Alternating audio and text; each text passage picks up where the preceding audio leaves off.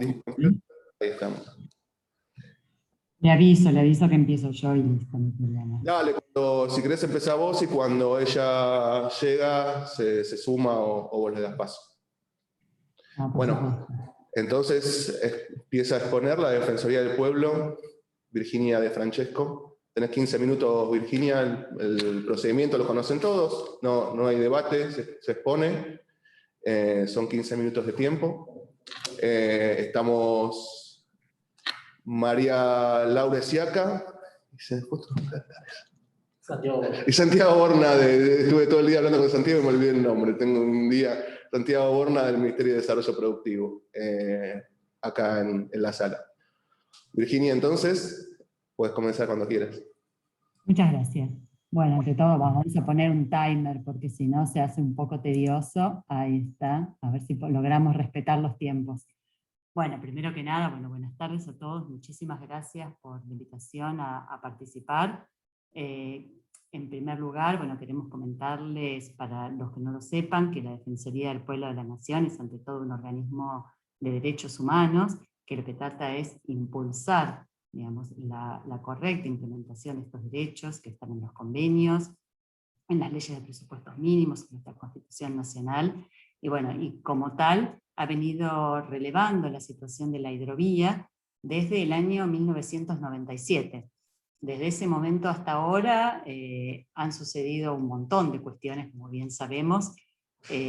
Las principales habían sido advertidas en su momento por los organismos que nos habían hecho los reclamos.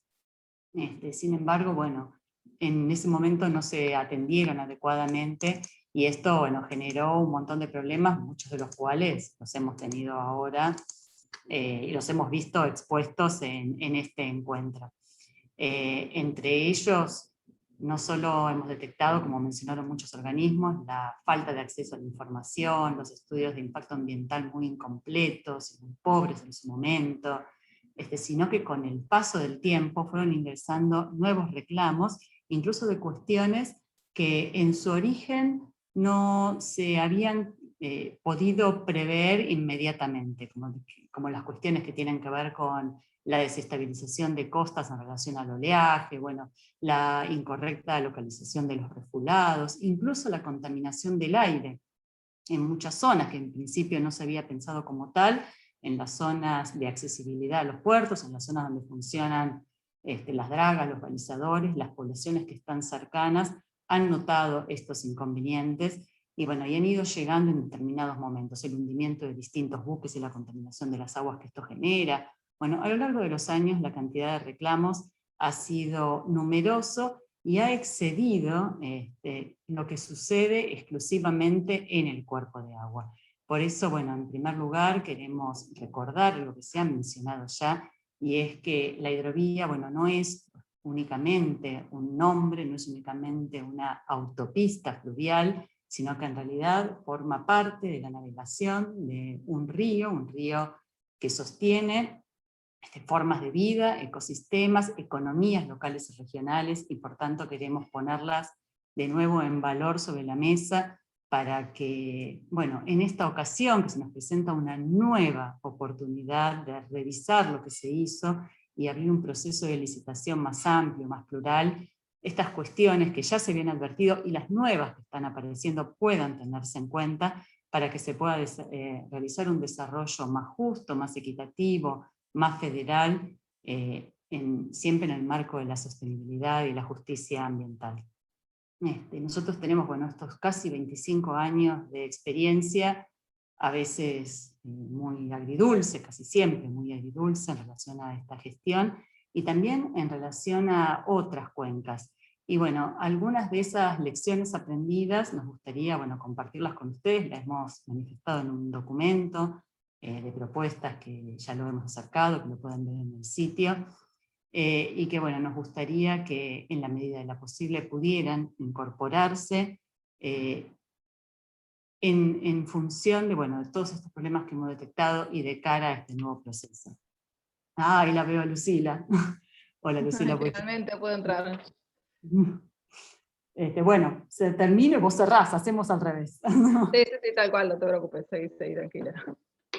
Bueno, entonces, nosotros teníamos, esencialmente queremos levantar 3 grandes propuestas que ya se han mencionado, así que las vamos a decir simplemente por arriba, para que les quede constancia, y que tienen que ver, en primer lugar, con la constitución de este órgano de control que está prometido desde hace tantos años.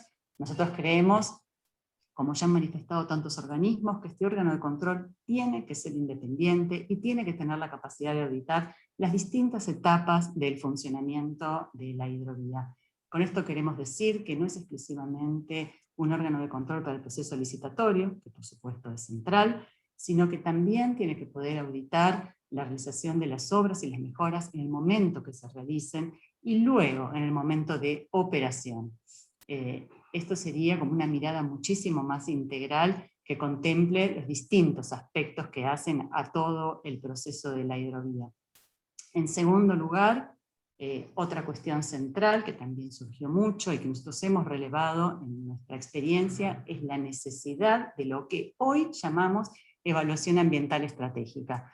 Hace un montón de años le habíamos dado otro nombre, pero por suerte se pudo avanzar en el conocimiento ambiental. Hoy sabemos que esta es una herramienta muy necesaria para incorporar las consideraciones ambientales en la toma de decisiones estratégicas sobre las políticas públicas, y por tanto creemos que tiene que realizarse en forma urgente para la totalidad de la hidrovía y para las áreas de influencia y conexas que están en tierra, porque no olvidemos que estamos hablando en sí mismo de una cuenca y de un montón de situaciones y de hechos que tienen que desarrollarse para que los objetivos de esta hidrovía se cumplan a mediano y a largo plazo. Para ello entendemos que es fundamental que se haga la identificación y el análisis de los impactos acumulados, integrales e interjurisdiccionales, que son los que suceden en una obra de esta magnitud, y sobre todo que esta herramienta esté construida en forma colectiva entre el Estado, el sector privado y la comunidad. Esta es la manera en que nosotros entendemos que se pueden integrar las aspiraciones sociales en relación a los bienes comunes, como son el agua, el aire y el suelo. Por supuesto, también entendemos que tiene que estar desarrollada ampliamente, tiene que ser intergubernamental, intersectorial y participativa. Y bueno, por las características que tiene esta evaluación ambiental estratégica, necesariamente tiene que ser liderada por el Ministerio de Ambiente y Desarrollo Sostenible de la Nación, que es la máxima autoridad ambiental del país, y que de alguna manera puede otorgar el paraguas de los intereses comunes para toda la nación y las aspiraciones para toda la nación. Por último, y bueno, dado que esta herramienta es compleja y va a llevar un tiempo importante desarrollarla como corresponde, entendemos que los pliegos de licitación tienen que incorporar las previsiones necesarias para revisar las obras que se proponen en esos pliegos a la luz de los resultados de esta evaluación ambiental estratégica, de forma que puedan hacerse las correcciones necesarias si surge que algún tipo de obra o de hecho sería más conveniente o más correcto desarrollarlo en otro sector del territorio o con otras características. Bueno, en tercer lugar, y realmente muy importante, tiene que ver con establecer los procedimientos para los estudios de impacto ambiental y las evaluaciones de impacto ambiental y los planes de gestión ambiental, que tienen que ser previos a las obras, tienen que considerar la integralidad de la hidrovía, y por supuesto tienen que incorporar las nuevas miradas que son la jerarquía de mitigación y la gestión ambiental adaptativa. Hoy en día no podemos ya pensar que podemos anticiparnos a todos los impactos. Algunos de esos impactos, que en definitiva van a suceder, se van a desarrollar en forma diferente a como nos imaginábamos. Entonces entendemos que esta gestión ambiental tiene que ser adaptativa, tenemos que tener la capacidad de hacer las correcciones necesarias para poder garantizar los derechos ambientales y los intereses de toda la nación, y no solo exclusivamente de los usuarios de la hidrovía. Y para eso tenemos que poder hacer los pequeños cambios y correcciones, pequeños o grandes cambios y correcciones que sean necesarios. Estos estudios de impacto ambiental, estas evaluaciones de impacto ambiental, tienen que considerar los impactos al menos en las dos escalas centrales, que son la local y la regional. Por supuesto hay una muchísimo más amplia, porque esto abarca varios países, pero al menos esas dos escalas tienen que estar incorporadas. tienen por supuesto que incorporar los impactos como la evaluación ambiental estratégica, los impactos que sean integrales, acumulativos, sinérgicos e interjurisdiccionales, e incluir todas las etapas del ciclo de vida de las obras o las mejoras que se realicen, la construcción, la operación y la eventual desafectación de algunas de las estructuras, porque esto también podría suceder y esta cuestión muchas veces es dejada de lado.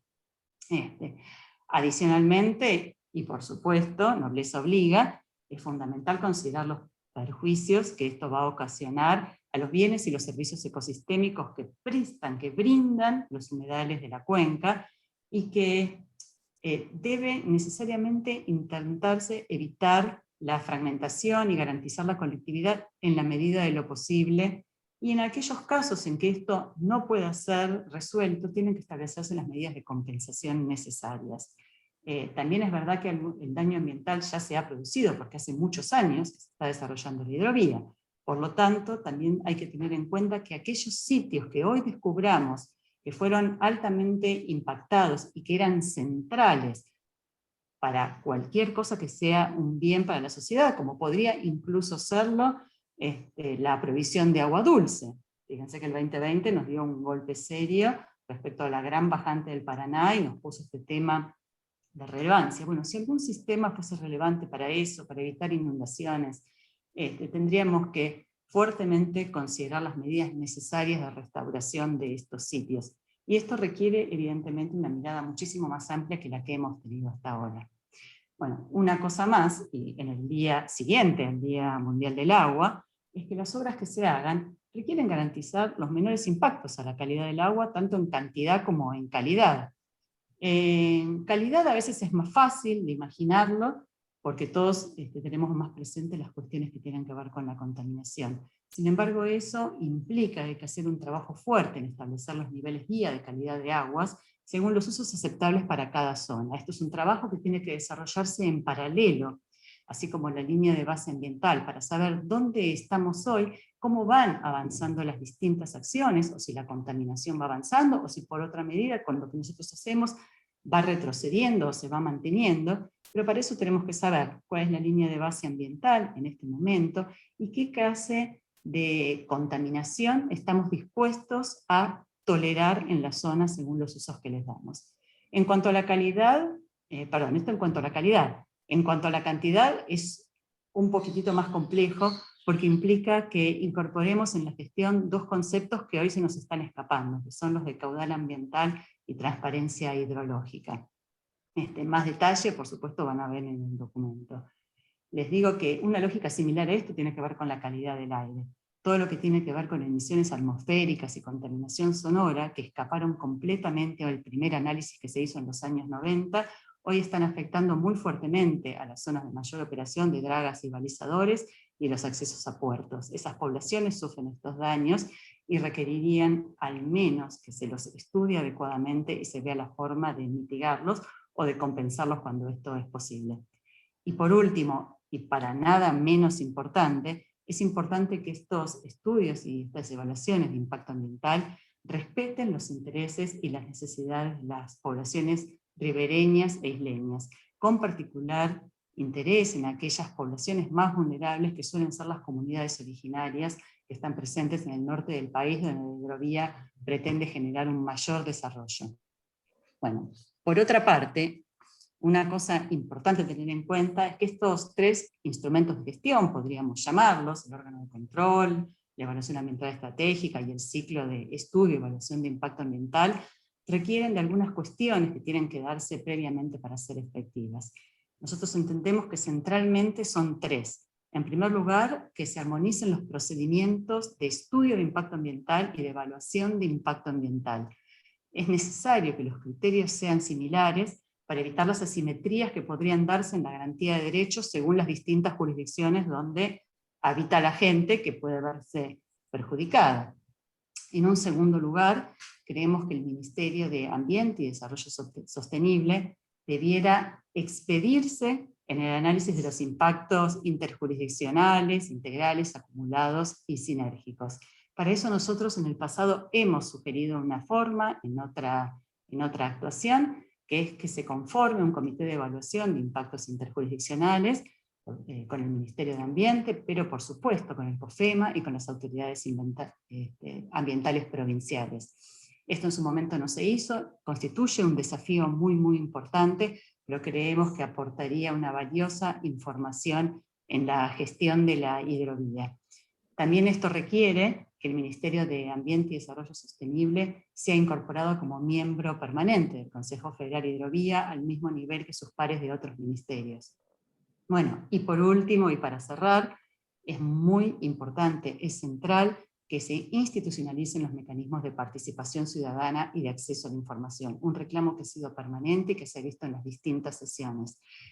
Sobre esto creo que está casi todo dicho, así que no me voy a repetir, pero sí, respecto de dos cuestiones, se las voy a mencionar. Una es que es importante que la información esté centralizada en un sitio, que hoy por hoy es un sitio de internet que tiene que ser permanentemente actualizado. Así como se hicieron con las presentaciones que están en un único sitio, la información debería estar en un único lugar y no atomizada. Y en segundo lugar, algo que hace a los procedimientos de participación ciudadana, que hoy por hoy las llamamos audiencias públicas, pero que puede ser algún otro que se establezca. Normalmente el Estado está fallando en hacer una devolución de esos procedimientos. Es una obligación de los Estados que luego de estos procedimientos se haga un reporte a la sociedad respecto de la forma en que se tienen en cuenta, o no, porque también es válido, las observaciones y los comentarios que han emitido. Esto tendría que ser público y estar disponible, y bueno, de esta manera podremos tener todos presentes, bueno, y saber cómo se han tenido en cuenta las observaciones de este esfuerzo que toma toda la sociedad cada vez que tiene que informarse sobre uno de estos acontecimientos y participar de las audiencias públicas. Bueno, por mi parte es esto, por supuesto, información más detallada está en el documento que adjuntamos, y bueno, los dejo con Lucila, la jefa del área de ambiente, que bueno, quería comentarles algunas cuestiones que tenían que ver con la obligación de los estados. Muchas gracias. Gracias, Virginia. Lucila te consumió casi todo el tiempo, Virginia. Te dejo. Lucila, dale. ¿Qué tal? ¿Cómo están? Disculpa por la demora. En realidad yo iba a hablar primero, Virginia después, era lo más prolijo, de acuerdo al tema que daba cada una, pero bueno, acá estamos. Mi idea era hacer una breve introducción respecto al enfoque de derechos humanos que consideramos debe estar presente en el tratamiento de la política, de la problemática ambiental en general. O sea, en marco, primero dar una presentación más general para que después Virginia vaya a lo específico de este tema que nos ocupa hoy. Bueno, muchos de ustedes ya nos conocen, pero los que no quiero contarles que en realidad el organismo al cual estoy representando hoy tiene un doble rol. Por un lado, actúa como defensor del pueblo de la nación, cuyas competencias y funciones están determinadas por el artículo 86 de la Constitución, pero a su vez es la Institución Nacional de Derechos Humanos, la única argentina reconocida por Naciones Unidas, INDH por sus siglas, y como tal tiene la función de promover y proteger los derechos humanos establecidos en las normas constitucionales y legales, en los tratados internacionales, también los emanados de los principios generales del derecho reconocidos por la comunidad internacional.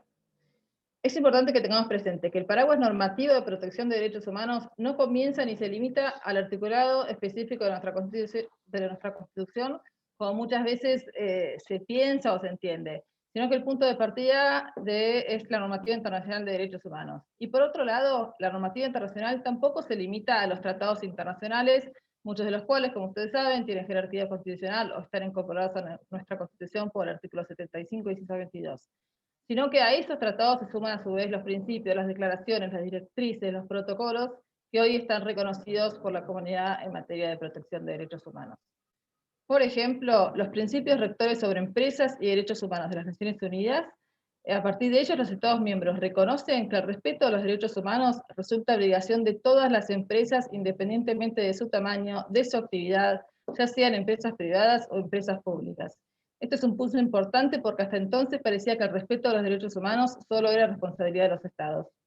Existen otras normas internacionales alineadas con los principios rectores de Naciones Unidas que refuerzan esta idea de la obligación empresarial en la protección de derechos humanos.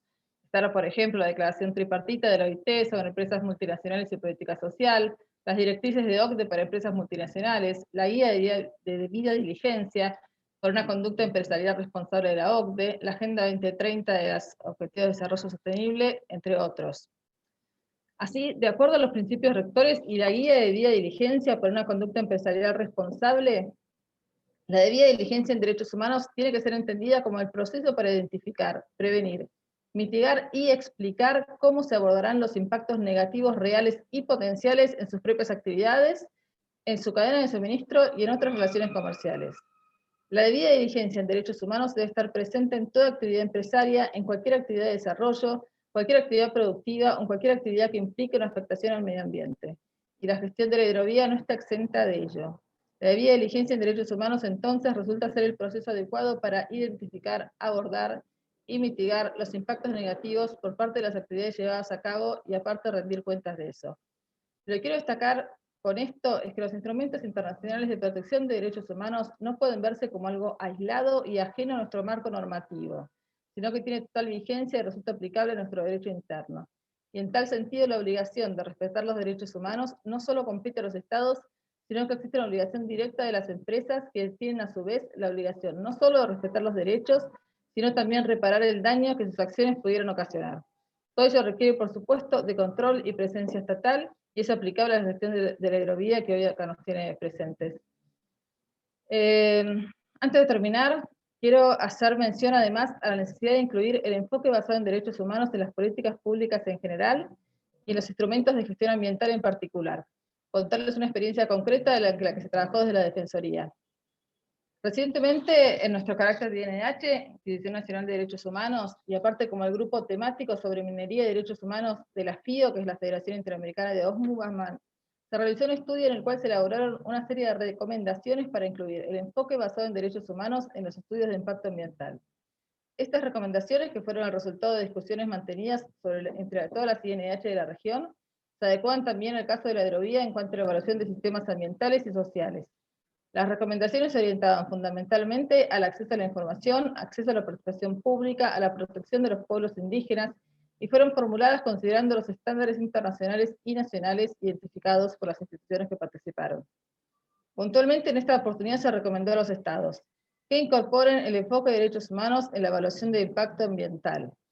Se recomendó respetar el acuerdo de Escazú respecto al acceso a la información, la participación pública y el acceso a la justicia en asuntos ambientales. Se les recomendó fortalecer la coordinación entre las instituciones estatales para intervenir en los procesos de evaluación de impacto ambiental, así como la uniformidad de criterios y normativa que aporten una debida comprensión y coherencia y certeza jurídica. Se recomendó reforzar el seguimiento, fiscalización y control de las obligaciones del proyecto evaluado ambientalmente, incluyendo la participación de la comunidad y la transparencia de los procesos y resultados. Fortalecer la concientización y capacidades de las comunidades en el ejercicio de derechos. Disponer de medidas positivas en beneficio de personas y grupos en situación de vulnerabilidad. Se hizo hincapié en la necesidad de proteger a los defensores ambientales y sus familiares que han sufrido serias persecuciones en estos lugares. Se recomendó contar con respuestas adecuadas y oportunas ante emergencias que pongan en riesgo el medio ambiente sano y los derechos humanos. Sin duda, todos estos puntos que se valoraron en su momento como necesarios a tener en cuenta los estudios de impacto ambiental en minería por los representantes de la CNDH son, en términos generales, aplicables a los estudios de impacto ambiental en general, buscando que estos incorporen el enfoque basado en derechos humanos de acuerdo a los lineamientos de Naciones Unidas. Ello integra hoy parte de la propuesta que desde la Defensoría venimos a presentar junto a los puntos planteados por Virginia. Por supuesto que es un tema complejo que da para mayor debate y quedamos a disposición entonces para seguir debatiendo en el futuro. Bueno, muchas gracias. Gracias, Lucila. Le vamos a dar espacio ahora al secretario de Cambio Climático, Innovación del Ministerio de Ambiente y Desarrollo Sustentable, Rodrigo Rodríguez Torkins, que nos va a hacer la propuesta y la visión de parte del Ministerio de Ambiente respecto del tema. Gracias, Rodrigo, por acompañarnos. Es un placer. Ahí te pedí que te desmutees. Ahí estás, ya tenés piso. Gracias. Bueno, buenas tardes a todas y todos. Muchas gracias, Gustavo. Un gusto. A ver, quiero primero aclarar que esto no estaba acordado con la Defensoría del Pueblo, porque vamos a hacer una presentación que va muy en esa línea. Desde el Ministerio de Ambiente y Desarrollo Sostenible queremos hacer una propuesta para la gestión ambiental de la vía navegable troncal de la hidrovía Paraná-Paraguay. Por lo tanto, en consideración de los eventos a sucederse a la brevedad referidos a la vía navegable troncal de la hidrovía Paraná-Paraguay y ante la ausencia de marco legal específico para desarrollar la evaluación ambiental de planes o proyectos con impacto ambiental interjurisdiccional, se realiza la siguiente propuesta que presentaremos también por escrito. La misma se elabora en total respeto de las competencias jurisdiccionales, con el espíritu de una mejora continua y de llevar adelante una gestión ambiental adaptativa que sea integral, sólida, ágil, transparente, participativa y federal. En este sentido, el Ministerio de Ambiente y Desarrollo Sostenible propone la conformación de un ámbito de articulación conjunta integrado por las distintas jurisdicciones involucradas, con el fin de establecer 2 espacios de trabajo que tengan como objeto. La primera, un ámbito de trabajo encargado del seguimiento de la gestión ambiental del actual y de futuros concesionarios, y la segunda, encargada del desarrollo de los procesos de evaluación ambiental de articulación, mediante la articulación interjurisdiccional. Asimismo, en virtud de la entrada en vigencia del Acuerdo de Escazú el próximo 22 de abril, los procesos de evaluación ambiental que se sustancien en adelante deberán garantizar el pleno y efectivo goce de los derechos de acceso a la información ambiental, la participación pública en los procesos de toma de decisiones ambientales y el acceso a la justicia en asuntos ambientales. En esta línea, en el marco del espacio de seguimiento de la gestión ambiental, se plantea la conformación de un órgano consultivo que permita la participación de todo actor que presente interés en el objeto descrito. Para el desarrollo de este documento se han tomado en consideración las propuestas elevadas por la sociedad civil y entes provinciales del Consejo Federal de la Hidrovía en lo que refiere a la gestión ambiental, de las cuales se incluyen los siguientes lineamientos. 1. La creación de un mecanismo de seguimiento que cuente con una estructura plural. 2. El monitoreo permanente, comunitario y transparente de la gestión de la vía navegable troncal. El acceso a la información de la gestión ambiental, tanto actual como futura, el desarrollo de auditorías y controles en materias ambientales, la evaluación ambiental, tanto estratégica como de impacto ambiental, y la inclusión del análisis de impactos acumulativos y sinérgicos. Dentro de las propuestas nombradas, se identifica la solicitud de evaluar con una visión integral, así como considerar un uso del espacio no exclusivo para transporte, el fomento a las reducciones de emisiones contaminantes, la consideración a la adaptación al cambio climático y una transición a un transporte más sostenible. Por lo cual, si las jurisdicciones involucradas manifiestan su acuerdo, los pasos que se sugiere seguir son los siguientes. Punto 1. Alcanzar un consenso mediante la suscripción de un instrumento legal para la gestión ambiental de la vía navegable troncal de hidrovía Paraná-Paraguay entre las autoridades ambientales de la Nación y de las jurisdicciones involucradas. 2A. Crear una comisión de trabajo para el seguimiento de la gestión ambiental, que dictará su propio reglamento de funcionamiento con un espíritu de trabajo siempre consensuado y progresivo en materia ambiental. Esta comisión de seguimiento estará compuesta por un representante de cada autoridad ambiental provincial, un representante de la Autoridad Ambiental Nacional con competencias en materia de control y fiscalización, y un representante de la Autoridad Ambiental Nacional con competencias en la promoción del desarrollo sostenible, o sea, quien les habla. 2B, crear una comisión de trabajo para el desarrollo de procesos de evaluación ambiental, como mencionaban, armonizando los diversos procedimientos de las jurisdicciones provinciales. Se propone la consideración de aquellos relativos a políticas, planes o programas que toman forma en la evaluación ambiental estratégica y aquellos relativos a proyectos que toman forma en la evaluación de impacto ambiental. 3. Crear un órgano consultivo para el seguimiento de la gestión ambiental que permita un monitoreo participativo y ofrezca un espacio de interconsulta y vinculación. Este espacio apunta a nuclear todas las organizaciones y actores interesados en la materia. 4. Determinar el o los estudios necesarios para el proceso y el alcance de los mismos, y el alcance que los mismos tendrán, así como la efectivización y alcance de instancias tempranas de participación. 5A, generar y validar un procedimiento de evaluación ambiental que armonice los procedimientos de las distintas jurisdicciones, que resulte tanto en la construcción de un marco legal e institucional de funcionamiento como en la especificación de cada uno de los pasos que componen ese procedimiento. 5B, definir en respeto a la normativa provincial y nacional aplicable y teniendo en consideración la pronta entrada en vigencia del Acuerdo de Escazú, la relación de las instancias de participación ciudadana con cada uno de los pasos del proceso de evaluación ambiental que se acuerde. Resulta de gran utilidad para continuar el diálogo y definir las acciones conducentes para la adecuada gestión ambiental del proyecto, el trabajo conjunto entre las jurisdicciones y los aportes que surjan de esta instancia y las distintas instancias participativas. Como mencionamos al inicio, vamos a estar presentando esta propuesta formalmente y por escrito, y esperamos que sea bien recibida por las jurisdicciones provinciales, y ofrecemos nuestros mejores oficios para poder asegurar la mejor calidad y transparencia en el proceso de evaluación ambiental. Muchas gracias. Muchísimas gracias, Rodrigo. Bueno, siguiendo con el orden del día de hoy. Sigue la Fundación de Promoción Humana, que el representante está allí, creo, Carlos Manteca, ¿puede ser? Si se puede desmutear, ahí te dimos pie para que... Buenas tardes, colegas. Sí, pertenezco a la Fundación Promoción Humana, Incasur. Tenemos esta temática de la hidrovía, para sintetizar, o Paraná-Paraguay, esta unidad fluvial que fue pensada, y esto lo veníamos estudiando desde los 70, en la promoción humana, la Fundación Promoción Humana está vinculada a los sindicatos latinoamericanos en especial, y esta temática la veníamos estudiando dentro de lo que se llamaba y se llama el Mercosur.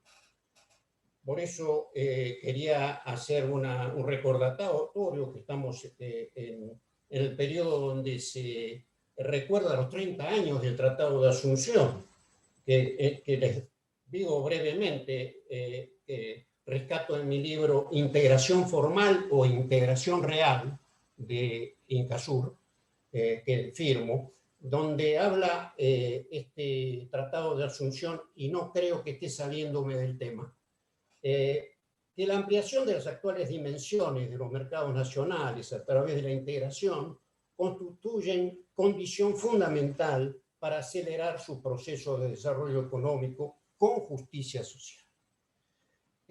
Y después en otro párrafo dice este tratado que es eficaz aprovechamiento de los recursos disponibles, la preservación del medio ambiente, el mejoramiento de las interconexiones físicas. Esto fue firmado en el 91 y planteaban el Mercosur para el 94, que fue desarrollado. A posteriori, se firma en Las Leñas la hidrovía Paraguay-Paraná, Secretaría CIH Hidrovía, que interviene en el funcionamiento del acuerdo fluvial. Ahí se suma un país más, que es Bolivia. El Mercosur, ustedes saben, estaban Argentina, Uruguay, Brasil, Paraguay. Aquí se suma en la hidrovía, en Las Leñas, en el 92, los 5 países, y se habla de la concesión de obra pública para peaje, ley 17520, profundización y mantenimiento de 820 kilómetros de mantenimiento y vías navegables y 803 señales. Esto iba del 95 a 2005 y luego se renueva a abril 2021, que estamos hablando que va a vencer ahora en abril del 2021.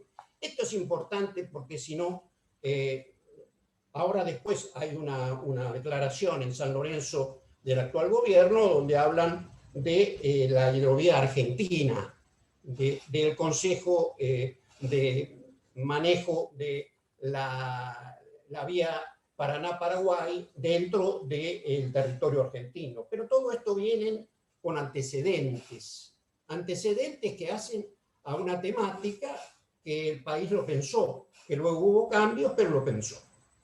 Quería rescatar algo que es importante, que creo que es importante, lo que les presentamos nosotros al Consejo, referido fundamentalmente a los antecedentes, porque yo entiendo las diferentes visiones. Estuve en la anterior reunión que hablaron grupos más jóvenes, donde rescatan sobre todo causas el ambiente como una razón de ser, pero yo creo, de acuerdo a mi experiencia, yo trabajé en el Mato Grosso, trabajé en toda la cuenca del Plata, creo que el desarrollo indefectiblemente trae destrucción del ambiente.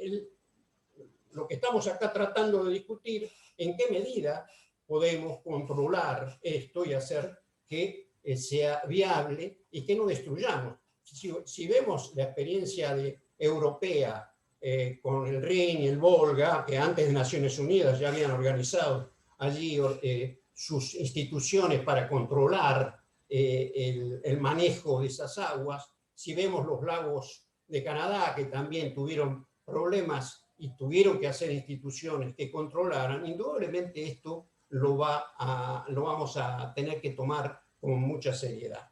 Entonces, básicamente lo que quería era volver a la nota que presentamos, en donde nos referíamos a que el aprovechamiento conjunto de cuencas hidrográficas, porque no olvidemos que estamos en la cuenca del Plata, pero también hay una perspectiva que originalmente se planteó hacia el Amazonas y el Orinoco. Yo no creo que tengamos que olvidar, el país ha nacido hace 200 años, pero ojalá que siga por muchos años más. Si pensamos con futuro, creo que esto es el tema que nos trae. Ahora, ¿qué pasa con fortalecer la hidrovía con participación de las provincias ribereñas?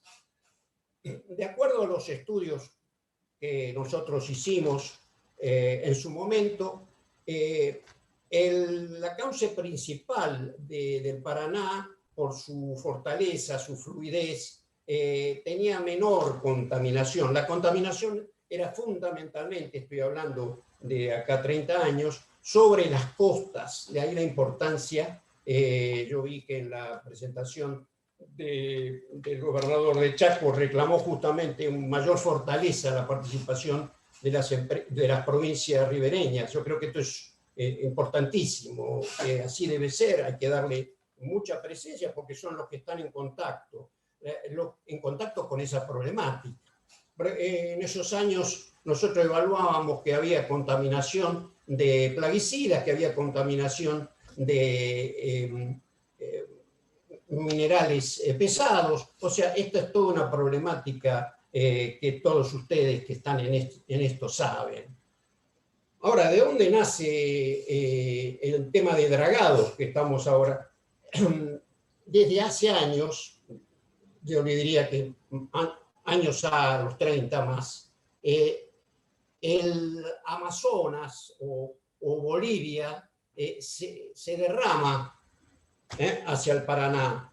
Las arcillas, la explotación agrícola, la desforestación produce en buena medida problemas de colmatación de las aguas, lo cual hace de que sea imprescindible para que sea viable el paso de las barcazas, la canalización y el dragado de esas aguas. Esto es así, pero también no olvidemos que venimos de una problemática de contaminación anterior y el dragado va a producir que salgan a flote, que suban los contaminantes que están en el fondo del río. Todo esto debe considerarse, pero no debe detener el desarrollo. Esta es nuestra visión, porque estamos representando fundamentalmente al trabajo a través de INCASUR, la Fundación Promoción Humana, y los trabajadores de FEPINRA, fundamentalmente responsables de dragado y de señalización, van a estar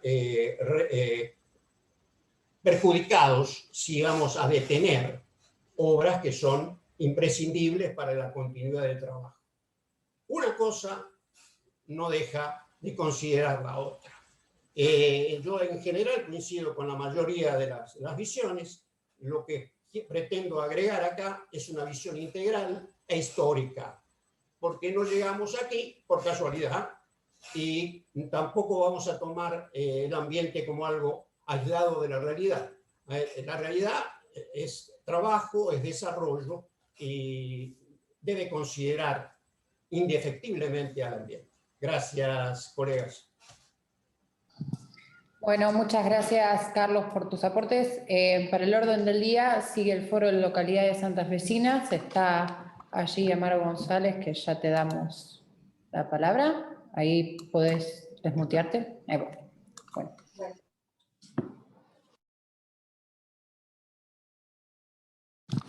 ¿Puedes hablar ahí? Oh. Sí, está desmuteada. Parece ser.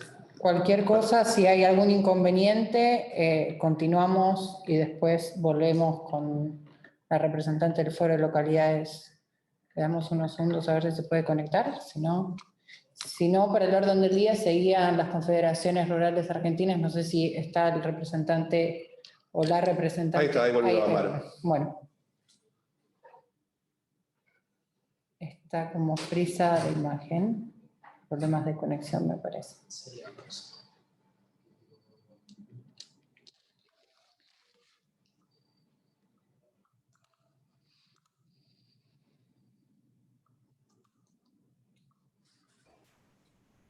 Ahí, ¿se escucha? Sí. ¿Ahora se escucha? Ahora sí, bárbaro. Perfecto. Bueno, buenas tardes. Mi nombre es María Belén Vivienzo. Yo soy ingeniera ambiental, formo parte del equipo de Amaro González, quien, bueno, en el día de hoy se disculpa por no haber podido estar presente por problemas de salud. Bueno, en representación del Foro de Localidades Portuarias, voy a desarrollar los aportes y las consideraciones que estuvimos evaluando.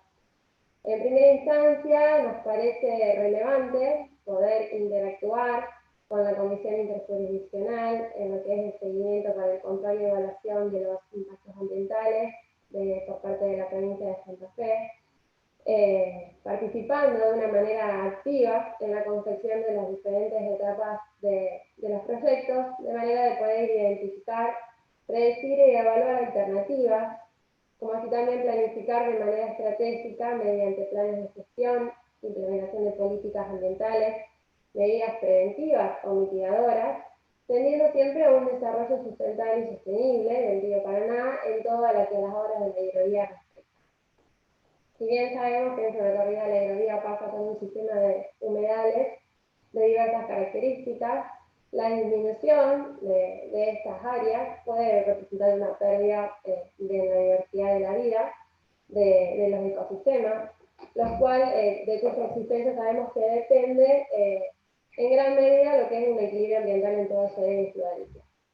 Por eso también creemos que es importante definir lineamientos ambientales estratégicos para todo el desarrollo de los estudios de impacto ambiental, evaluando no solo el proyecto de 3 actividades, sino en cada una de sus etapas, como si sea de las etapas en donde, del desarrollo actual de la hidrovía, sino de las nuevas concesiones, como así también definiendo lo que es el impacto directo e indirecto que pueden ocasionar sobre nuestras costas. También considerando en conjunto que las tareas de dragado y de profundización del cauce implican lo que es remoción de bancos de arena, accionamientos de dunas, lo que es la resuspensión de sedimentos, entre otras alteraciones que se ven afectadas, cada uno de estos factores conllevan a generar impactos sobre la flora y la fauna local, que es muy importante tener en cuenta también en la evaluación del estudio de impacto ambiental. También consideramos que es importante establecer y definir cuál es el destino final del material extraído del dragado, como así también el tratamiento del agua de lastre, de acuerdo obviamente a estudios previos que deberán realizarse y evaluarse mediante todo el desarrollo de los impactos acumulativos del medio. Acá la salvedad que hago que la comuna de Timbúes prevé realizar en los kilómetros de longitud de la traza de la hidrovía, que a su jurisdicción corresponde, un estudio de batimetría, donde vamos a determinar toda la topografía del fondo del río, en los kilómetros de longitud que le corresponde, la profundidad actual e información adicional que podamos determinar en dicho estudio, confeccionando de manera tal un aporte en un reporte técnico cuyos resultados van a poder ser consultados y serán considerados a la hora de poder evaluar todos aquellos aspectos e impactos que se pueden considerar como consecuencia de las obras de la hidrovía.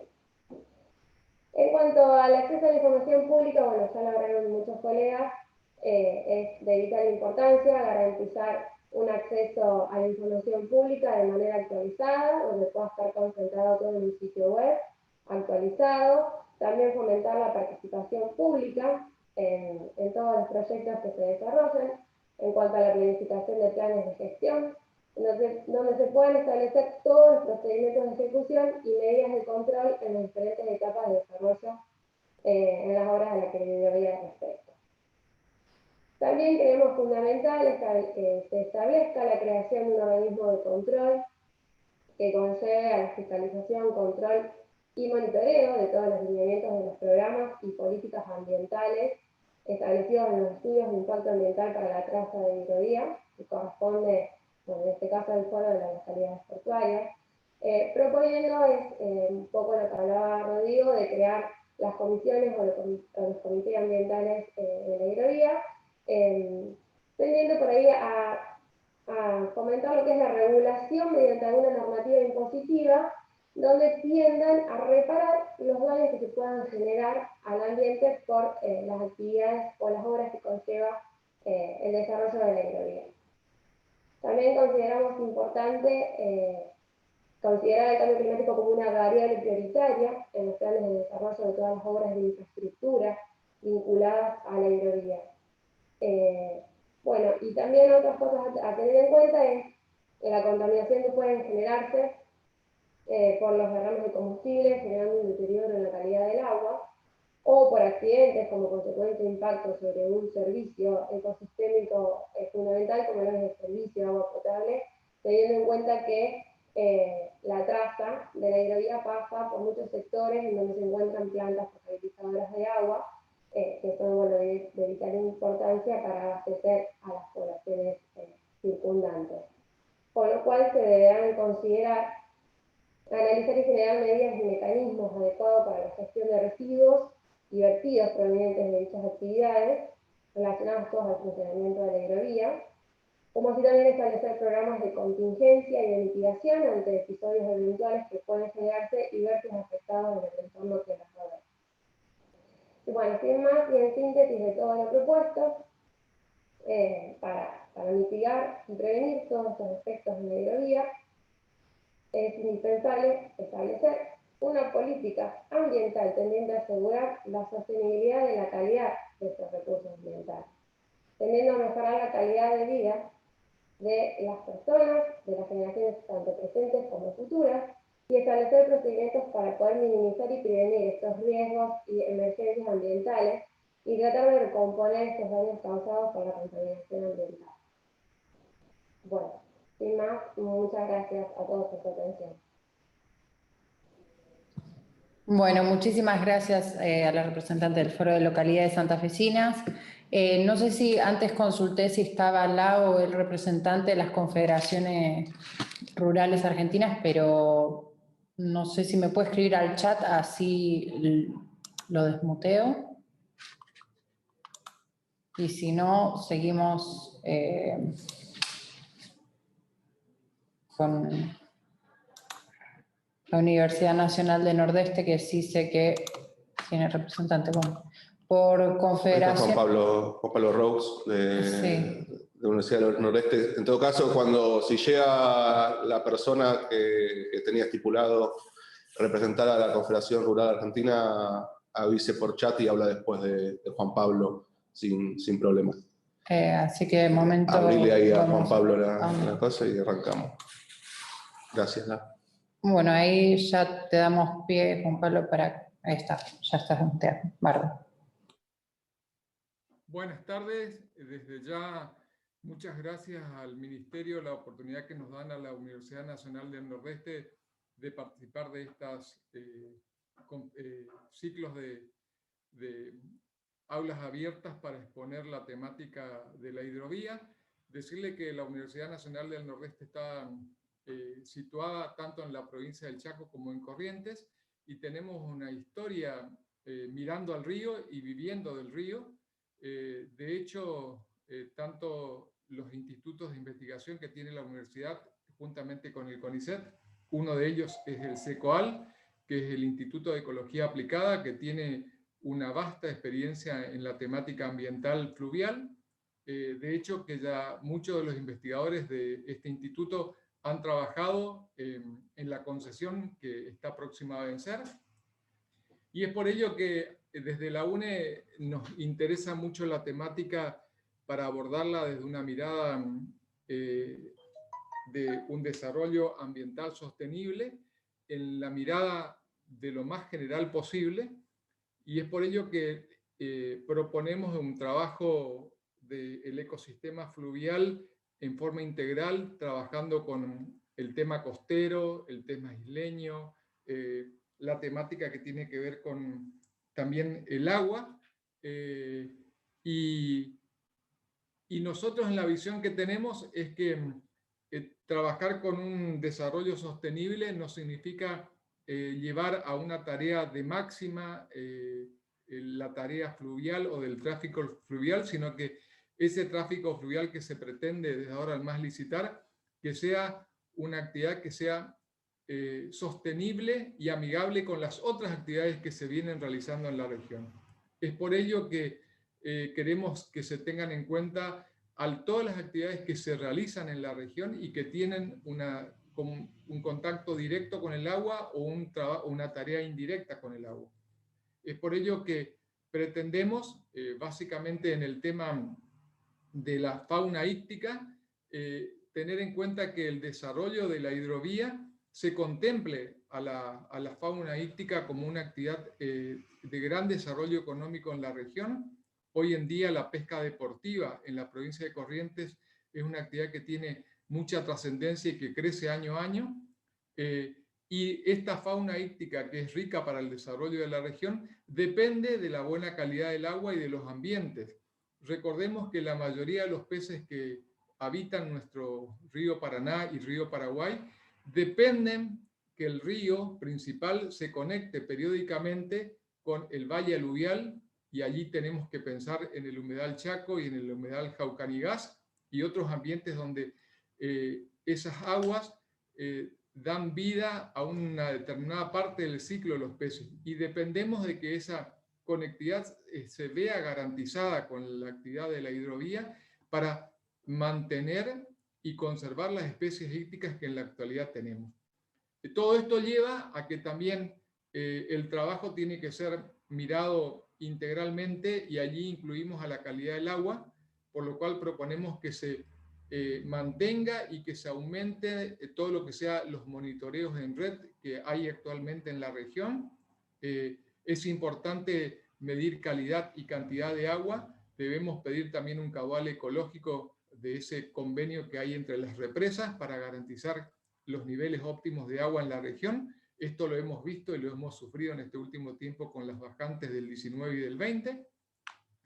Y esto nos lleva entonces a que en esta red de monitoreo es importante que interactuemos entre distintos organismos, por ejemplo, los organismos de la Universidad Nacional del Nordeste, los organismos provinciales y también los organismos nacionales, como el caso del INA, para poder trabajar en una metodología armonizada, generar una base de datos confiable para poder trabajar en las alertas tempranas, no solo las alertas tempranas de bajante, sino que también las alertas tempranas de creciente, y sobre todo las alertas tempranas de calidad de agua, que son importantes para el desarrollo humano, pero también para el desarrollo de la flora y de la fauna de la región. Con todo esto, decirles que desde la Universidad del Nordeste ponemos a disposición de esta comisión de hidrovías toda la información de base que dispone la universidad con todos los antecedentes que les he mencionado de más de 30 años, para que sirva como el punto de partida para empezar a mirar en este desarrollo sostenible que queremos que esta nueva concesión de la hidrovía se contemple, que hay dos realidades muy diferentes, lo que es la actividad de la hidrovía desde Santa Fe para el sur, y lo que es la actividad de la hidrovía de Santa Fe hasta Misiones y hasta Formosa. Entonces, nosotros que estamos localizados en esta otra región, queremos que participar, tenemos recursos humanos formados y estamos disponibles a aportar todo lo que tenemos de conocimiento para que el río se mantenga saludable, maximizando las actividades que haya que maximizar, pero no descartando ninguna. Y en el supuesto caso que los estudios de impacto ambiental nos estén mostrando alguna situación conflictiva, poder generar planes de mitigación y de adaptación, que también es importante esta temática a tener en cuenta, dado que aquí también se integra el cambio climático y que no es un tema que lo tenemos que dejar aislado, sino que lo tenemos que trabajar en conjunto con toda esta temática. Bueno, otro tema importante tiene que ver con el tema dragados. Es importante que los dragados estén debidamente trabajados con un estudio de impacto ambiental previo, sobre todo cuando el dragado se hace y se refula la arena y se vuelve a descargar en el mismo cauce principal. Desde nuestro punto de vista, a veces lo que pasa es solucionamos el problema en un punto crítico, pero estamos generando un aparcamiento de estos sólidos en otro lugar y que muchas veces estos lugares de aparcamiento taponan los lugares de conectividad entre el valle, entre el cauce principal y el valle, y eso afecta a nuestra fauna hídrica. Entonces, pedimos encarecidamente la posibilidad de integrar estos programas de monitoreo integrales y continuos con alertas como para poder trabajar en forma preventiva a la situación ambiental que se puede plantear. Les agradezco el tiempo y a disposición de todos. Muchísimas gracias, Juan Pablo. Si no está el representante o la representante de CRA, vamos a continuar con el representante del Gobierno de Santa Fe, que está allí, Esteban Cosiol. Y me parece que sí, vamos a proseguir ahora, ya te desmuteo, porque me parece que la CRA no apareció nadie. Ahí ya puedes... Eva, bárbaro. ¿Hola? Sí. Bueno, buenas tardes. Yo soy parte del Ministerio de Ambiente y Cambio Climático de la provincia. Voy a presentar las diversas propuestas formuladas para luego ser trabajadas y que también, seguramente van a poder ver en el documento que después va a estar van a tener disponible. Como primer punto, se propone que se trabaje en que los procedimientos de evaluación ambiental estratégica y estudios de impacto ambiental que las obras previstas y la nueva concesión demanden sean coordinadas por el Ministerio de Ambiente y Desarrollo Sostenible de la Nación, con la participación de las autoridades ambientales de las 7 jurisdicciones provinciales participantes. De esta manera, un único organismo estatal podrá tener una mirada integral de la cuenca y evitar procedimientos parcelados por territorio. Otro de los puntos es crear un fondo de compensación socioambiental. Esto es inspirado en el fondo ya previsto en el artículo 34 de la Ley General del Ambiente, adaptado a la administración institucional de la hidrovía. Este fondo permitirá disponer de recursos económicos y financieros para restaurar ecosistemas, controlar y monitorear las áreas de mayor vulnerabilidad ambiental, financiar proyectos ambientales y atender emergencias como ser los incendios recurrentes de la región. Otro de los puntos es incluir un sistema de control inteligente de tráfico para los buques y barcazas que transportan cargas y pasajeros, así como también balizamiento y señalización extendida de las zonas de alto tránsito, permitiendo de esta manera el uso complementario y no exclusivo de las vías navegables en condiciones de seguridad para todos.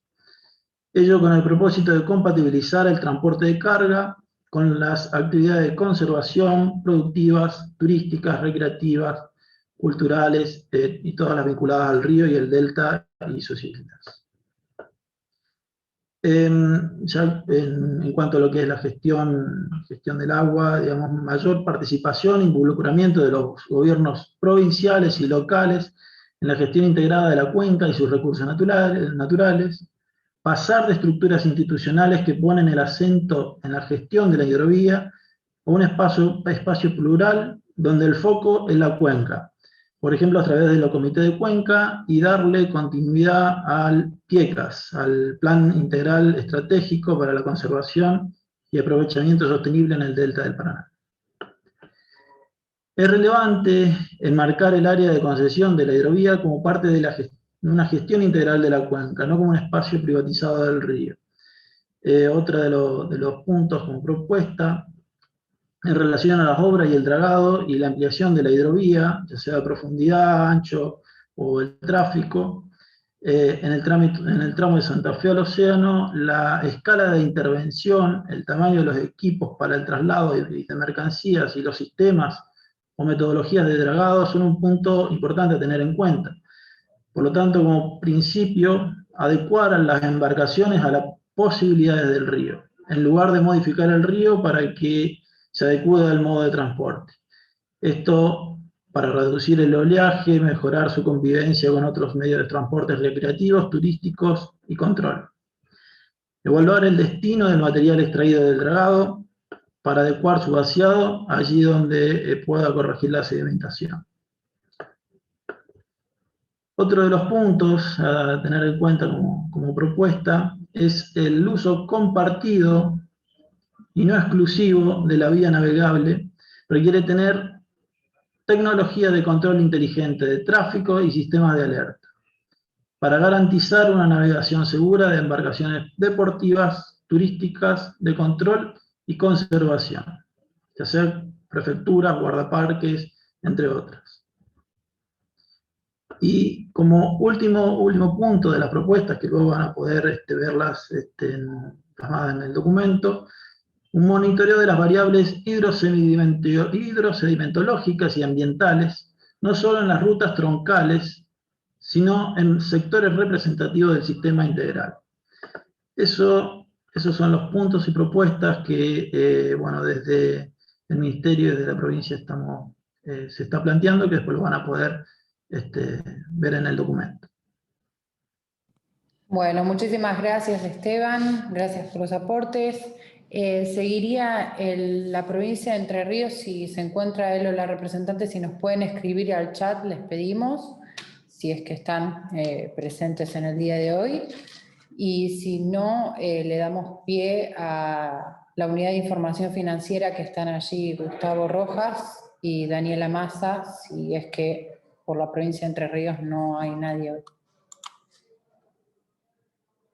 Les doy un segundo a ver si pueden escribir al chat, si se encuentran aquí presentes, pero pareciera que sucedió lo mismo que con CRA. Bueno, vamos a darle pie a los representantes de la unidad de información financiera. Ya los habilito para que hablen. Allí tienen la palabra, no sé quién de los dos va a comenzar, pero ambos están desmuteados. Sí, buenas tardes a todos y todas, a los organismos públicos y a las organizaciones de la sociedad civil.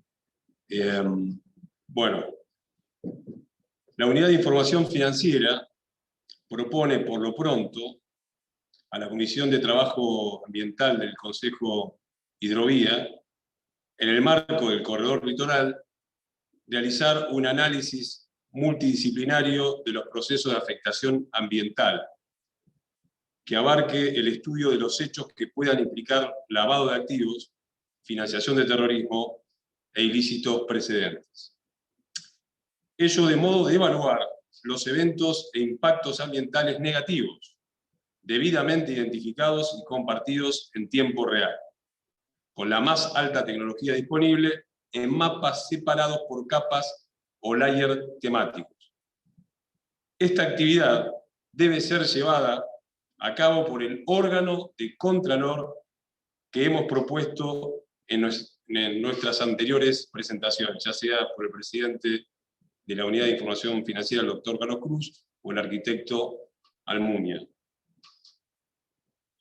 En este sentido, entendemos que todos los medios de transporte federales integran el universo relevable, relacionados con los ilícitos ambientales. La UIF Argentina considera todos los lugares en los que se constaten daños ambientales vinculados a ilícitos producidos en origen y que utilizan como vector de comunicación al sistema de transporte interjurisdiccional, tal como ocurre con las explotaciones mineras, que en sus procesos de extracción e industrialización atraviesan diversas jurisdicciones provinciales, utilizando sistemas de transporte por mineraloductos, trenes propios en sedes nacionales concesionadas y rematan también en sus puertos propios situados sobre el sistema troncal de navegación. El ámbito territorial vinculado al lavado de activos en el tema que nos ocupa abarca no solo el ámbito fluvial del recorrido de los ríos que componen el sistema troncal de navegación y los márgenes terrestres, que incluyen el camino de Sirga en todo el desarrollo litoral, sino también a todas las vías de comunicación, centros de logística y transferencia, medios de transporte terrestre, vial y ferroviario, fluvial y aéreo que tuvieran inicio, desarrollo, cruce, empalme, conexión o finalización en el área aquí descrita. Atento a lo expuesto, la UIF tiene incumbencia en todos los procesos o hechos de daños ambientales que tuvieran vinculación con el lavado de activos e ilícitos precedentes, incluso en aquellos originados en sitios extrazona de esta cuenca fluvial, tanto en producciones mineras, explotaciones forestales, desarrollos agropecuarios o procesos industriales que, por vinculación en la cadena logística, sean descubiertos o revelados en ocasión del traslado a través del sistema de transporte que remata en los puertos habilitados del sistema troncal de navegación. A continuación va a hablar la jefa de la Dirección de Régimen Administrativo Sancionador, que es parte de los grupos de investigación en temas de delitos ambientales, la doctora Daniela Massa. Daniela.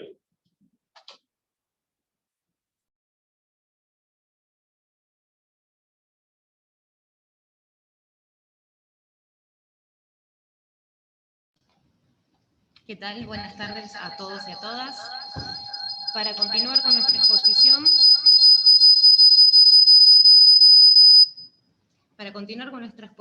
corresponde destacar que el lavado de activos proveniente de ilícitos ambientales presenta una faceta más amplia que la contemplada por las normas vigentes, relacionada con los sujetos obligados extrabancarios bursátiles, denominados por la legislación como APNFD, actividades y profesionales no financieras designadas. Cabe asimismo poner de relieve la relación que suele verificarse entre la generación de daños ambientales severos sobre el medio natural y el incremento de valor de inmuebles rurales ubicados generalmente sobre emplazamientos interjurisdiccionales, zonas costeras y campos libres de mejoras. Es aquí donde el control sobre las actividades y profesiones no financieras designadas no consigue determinar el alcance de las obras y mejoras realizadas en grandes extensiones de tierra producidas, en su mayor parte fuera de los ejidos urbanos, que no se encuentran sujetos al control de las direcciones de obras privadas departamentales. Así, todos los daños poseen un rasgo común: la generación casi excluyente de pasivos ambientales asociados a los trabajos ocultos que se realizan, con ausencia de monitoreo y autorizaciones por parte de las autoridades competentes. Es por ello que no resulta suficiente monitorear o controlar la creación de fideicomisos, escrituras de compraventa o la constitución de sociedades. Actos estos que son ejecutados por instrumento público, asentados habitualmente en bases de datos o registros estatales. Un riesgo no apreciado respecto del lavado de activos radica en que toda la operatoria de transformación posterior a la compra-venta de inmuebles escapa a la esfera pública y se expresa en locaciones o contratos de obra privada, que es la forma bajo la cual se realizan las transformaciones y el incremento de valor de los inmuebles. La obra privada, regulada por el Código Civil y Comercial, habilita contratos no formales y consensuales. Este marco normativo permite que se incorporen mejoras de difícil apreciación y control, mejoras estas que multiplican el valor original y permiten ventas posteriores que pueden acarrear el ingreso de dinero negro a través de obras no autorizadas. Toda vez que es relativamente sencillo y usual la estimación de costos de obra y valores en las edificaciones sobre el tramo visible de las mismas sobre la cota cero, el ocultamiento se verifica en los subtramos, fundaciones especiales, tratamientos de consolidación, relleno y compactación de suelos, redes de riego, tanques de depósitos, silos, piletones, contención de costas y endicamientos. Se conforma así un circuito de compras a bajo precio o a precio fiscal, seguido por incorporación de mejoras no controladas, contratos no formales y construcciones de difícil cuantificación que, ante las limitaciones de los mecanismos de supervisión, permiten contabilizar volúmenes significativos de materiales, trabajo, equipo y dinero no controlado. De esta manera, una vez finalizados los trabajos y obras, los inmuebles quedan con un valor blanqueado generado por movimientos de suelo, excavaciones, terraplenes, destapes de suelo vegetal, dejando pasivos ambientales derivados de intervenciones irregulares que impactan en toda la comunidad. Así, es dable constatar que por consecuencia de dicha intervención se genera la transformación física en los niveles de terrenos, la modificación en la escorrentía de suelos, el desmonte de bosques nativos, la intervención de cursos de agua, la salinización de suelos cultivables, la contaminación de zonas de recarga de acuíferos, la erosión de costas fluviales y marítimas, ocupando generalmente los caminos de sirga y cerrando el acceso a cursos de aguas navegables. A modo de ejemplo, podemos señalar que muchas urbanizaciones parques, denominadas conjuntos inmobiliarios por el Código Civil y Comercial de la Nación, se realizan sobre tierras de valor marginal. Estas incorporan cuantiosas mejoras, pagando sus obras con la cesión de terrenos, los cuales se recompran a valor de mercado a través de nuevos actores, en general operadores inmobiliarios mayoristas, los cuales a su vez incorporan construcciones para la venta llave en mano de las propiedades. Es de destacar que para muchas de estas intervenciones en etapas se recurre a modalidades no declaradas de contrato de superficie, recientemente incorporadas al Código Civil y Comercial, cartas de intención de adhesión a futuros fideicomisos y sesiones de boletos de compraventa o derechos de uso.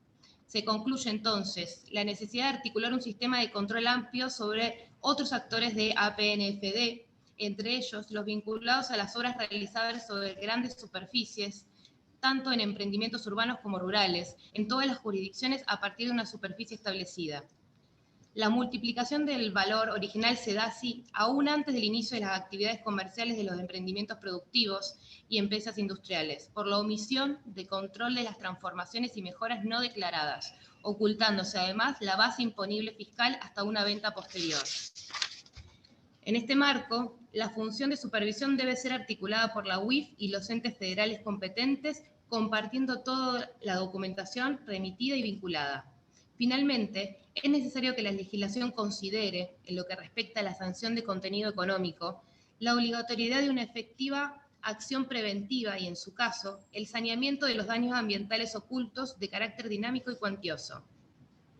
Resulta imprescindible, por lo tanto, un exhaustivo control de estas obras que, ante los mecanismos antes descriptos, pasan a conformar legalmente un nuevo valor inmobiliario mayorado, emergentes de obras innecesarias, no autorizadas o ilegales, que alteran de esta manera tanto los ecosistemas como la calidad de vida de poblaciones autóctonas y de bienes de valor estratégico.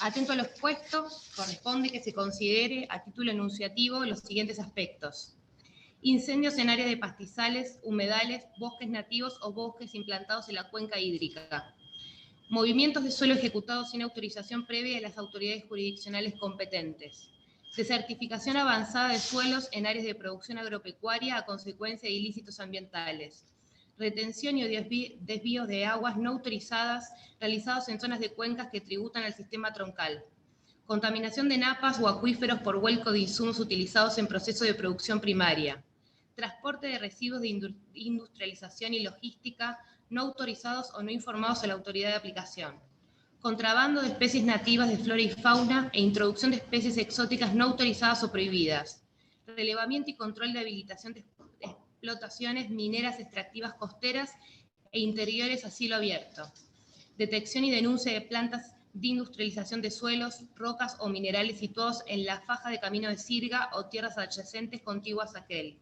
control de modificación de escorrentía, salinidad y evapotranspiración de suelos por ejecución de taludes o canales no informados o prácticas agrícolas, obras de infraestructura no autorizadas o conjuntos inmobiliarios, intervenciones productivas no informadas y autorizadas o ilegales en áreas protegidas de sitios Ramsar, tales como humedales del Chaco, Jaucaningá, Santa Fe, Delta de Paraná, Entre Ríos, Santa Fe, humedal Laguna Melincue, lagunas y estero de Liberá.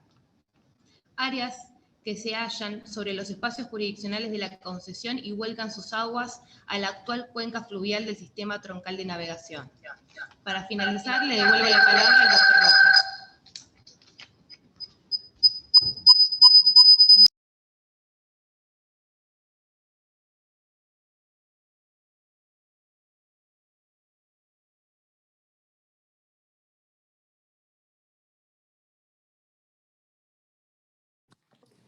Hablamos un poco. ¿Qué tal? ¿Va a seguir Gustavo o Daniela sigue continuando? No, sigo yo. Continúa el doctor Rojas. Bárbaro. Bueno, en función de lo expuesto, esta Unidad de Información Financiera de la República Argentina considera necesario precisar 3 ejes. 1. Que las obras a realizarse en el área de la denominada hidrovía se deben adecuar a la normativa en materia de prevención y saneamiento ambiental en todo el tramo que se corresponde con el corredor litoral, sus costas adyacentes y los sistemas de transporte que en ella converjan, de modo de prevenir y evitar el despliegue de maniobras de lavado de activos, financiamiento de terrorismo y delitos económicos complejos. Segundo, a los efectos de delinear las características del proyecto corresponde reunir y poner a disposición de las partes interesadas los datos estadísticos, informes y evaluaciones técnicas que permitan definir el sentido y requisitos de los trabajos a desarrollar en el aludido tramo del río Paraná. Por último, y tercero, las tareas de las comisiones de trabajo deben tener presente la importancia de crear un órgano de contralor que también permita generar una base federal de información económica elaborada a partir de un relevamiento permanente del medio físico, orientado a asegurar la sostenibilidad de las actividades económicas en resguardo de los intereses presentes y futuros de la sociedad argentina. Muchísimas gracias. Muchas gracias, Gustavo, muchas gracias, Daniela, por la presentación. Bueno, quería hacer un último llamado a los 2 expositores que no estuvieron, de la Confederación Rural Argentina y la gente de la provincia de Santa Fe, de Entre Ríos, perdón, que no había ningún representante. Si no están, vamos a dar por finalizada la reunión. No sé si a alguien más les faltaba, estaba en el orden del día de hoy, pero creo que no. Les agradezco a todos. La verdad que han sido tres jornadas muy jugosas, muy productivas. La verdad que me parece que no fue un error abrir esta instancia de participación y de escucha. Creo que ha sido constructivo desde ONGs, desde entidades públicas, organizaciones, cámaras, han tenido todos una impronta constructiva y opiniones para apoyarse y para mejorar. Así que les agradezco y queda el compromiso de tomar esas opiniones, de evaluarlas, de tratar de llevar a la práctica todo lo que sea posible. Creo que ese es también el objetivo de esto. Así que, bueno, seguiremos en contacto. Esto, como saben, es una instancia que pretendemos continuar el ida y vuelta. Si ustedes tienen algún tipo de presentación extra o les queda algo en el tintero o algo, tienen nuestro teléfono, tienen nuestros contactos. Creo que la escucha activa se desarrolla en estas instancias, pero cualquier instancia que ustedes consideren oportuna para poder acercarnos a una nueva propuesta, una nueva idea, lo que les parezca, está de nuestro lado eso. Así que estamos abiertos para continuar trabajando juntos con todos los que han participado. Y bueno, no les quiero robar más tiempo. Muchas gracias, Santiago. Gracias, Laura. Seguimos en contacto. Que tengan un buen final del día. Saludos. Nos vemos.